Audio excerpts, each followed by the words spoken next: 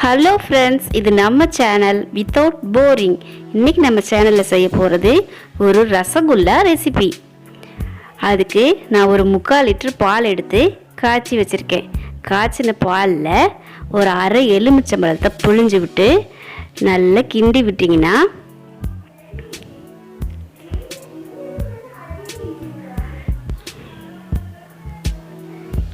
பால் நல்லா பிரிஞ்சு வந்துடும். பாருங்கள், இந்த மாதிரி பால் நல்லா பிரிச்சுட்டு ஒரு ஃபில்டர் எடுத்து வச்சுருக்கேன். அதில் ஒரு வெள்ளை துணியை போட்டு அதில் ஃபில்டர் பண்ணிக்கலாம். இந்த பால் எடுத்து அந்த துணியில் அடியில் ஒரு பாத்திரம் வச்சுருக்கேன். இப்போ அதில் ஊற்றி அதில் ஃபில்டர் பண்ணி எடுத்துக்கலாம்.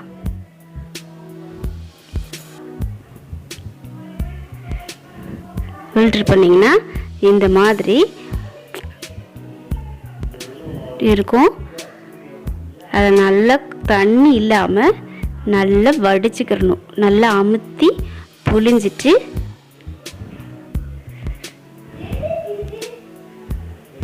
ஒரு பொட்டு தண்ணி கூட இருக்கக்கூடாது.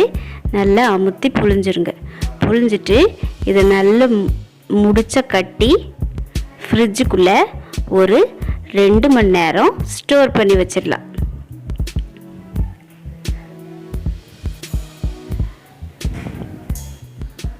பாருங்கள், 2 மணி நேரம் ஸ்டோர் பண்ணி நான் எடுத்துகிட்டு வந்திருக்கேன். நல்லா கட்டி ஆயிடுச்சு. எவ்வளோ சூப்பரான பன்னீர் கிடச்சிருக்குன்னு பாருங்கள். இதை நல்லா மிக்ஸ் பண்ணி விட்டுக்கலாம். நல்ல சாஃப்டான ஃப்ரெஷ்ஷான பன்னீர் கிடச்சிருக்கு. இப்போது நான் ஒரு 2 டேபிள் ஸ்பூன் ரவையை ஊற வச்சுருக்கேன். 10 நிமிஷம் ஊற வச்சுக்கிட்டு இருக்கேன். போதும். அதை அந்த பன்னீரில் போட்டு நல்லா பிசைஞ்சு விட்டுக்கோங்க.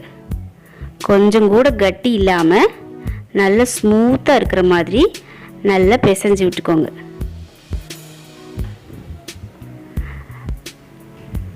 ரசகுல்லாங்கிறது நம்ம எல்லாருக்குமே ரொம்ப பிடிச்ச ஸ்வீட். அதை நம்ம வீட்டிலே ஈஸியாக செய்யலாம். பாருங்கள், இந்த மாதிரி சின்ன சின்ன உருண்டைங்களாக உருட்டி எடுத்து வச்சுக்கலாம். எல்லா உருண்டையும் இப்போது உருட்டி வச்சுருக்கேன்.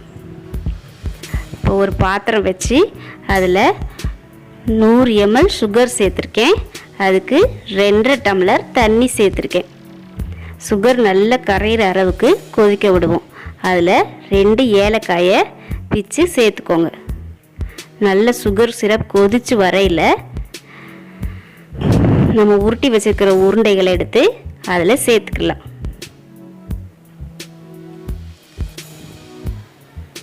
பாருங்கள், இந்த மாதிரி ஒரு உருண்டையை எடுத்து எல்லாத்தையும் சேர்த்துருங்க.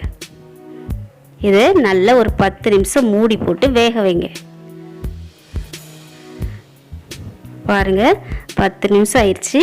இப்போ உருண்டையெல்லாம் நல்லா வெந்து பெருசு பெருசாக வந்துருச்சு. நம்மளோட ரசகுல்லா ரெடி ஆயிடுச்சு. சின்னவங்கலேருந்து பெரியவங்க வரைக்கும் நல்லா விரும்பி சாப்பிடுவாங்க. இதை வேறு ஒரு பவுலுக்கு மாற்றிட்டு ஒரு அரை மணி நேரம் ஊற வச்சுட்டு சாப்பிட்டிங்கன்னா சூப்பரான ரசகுல்லா ரெடி.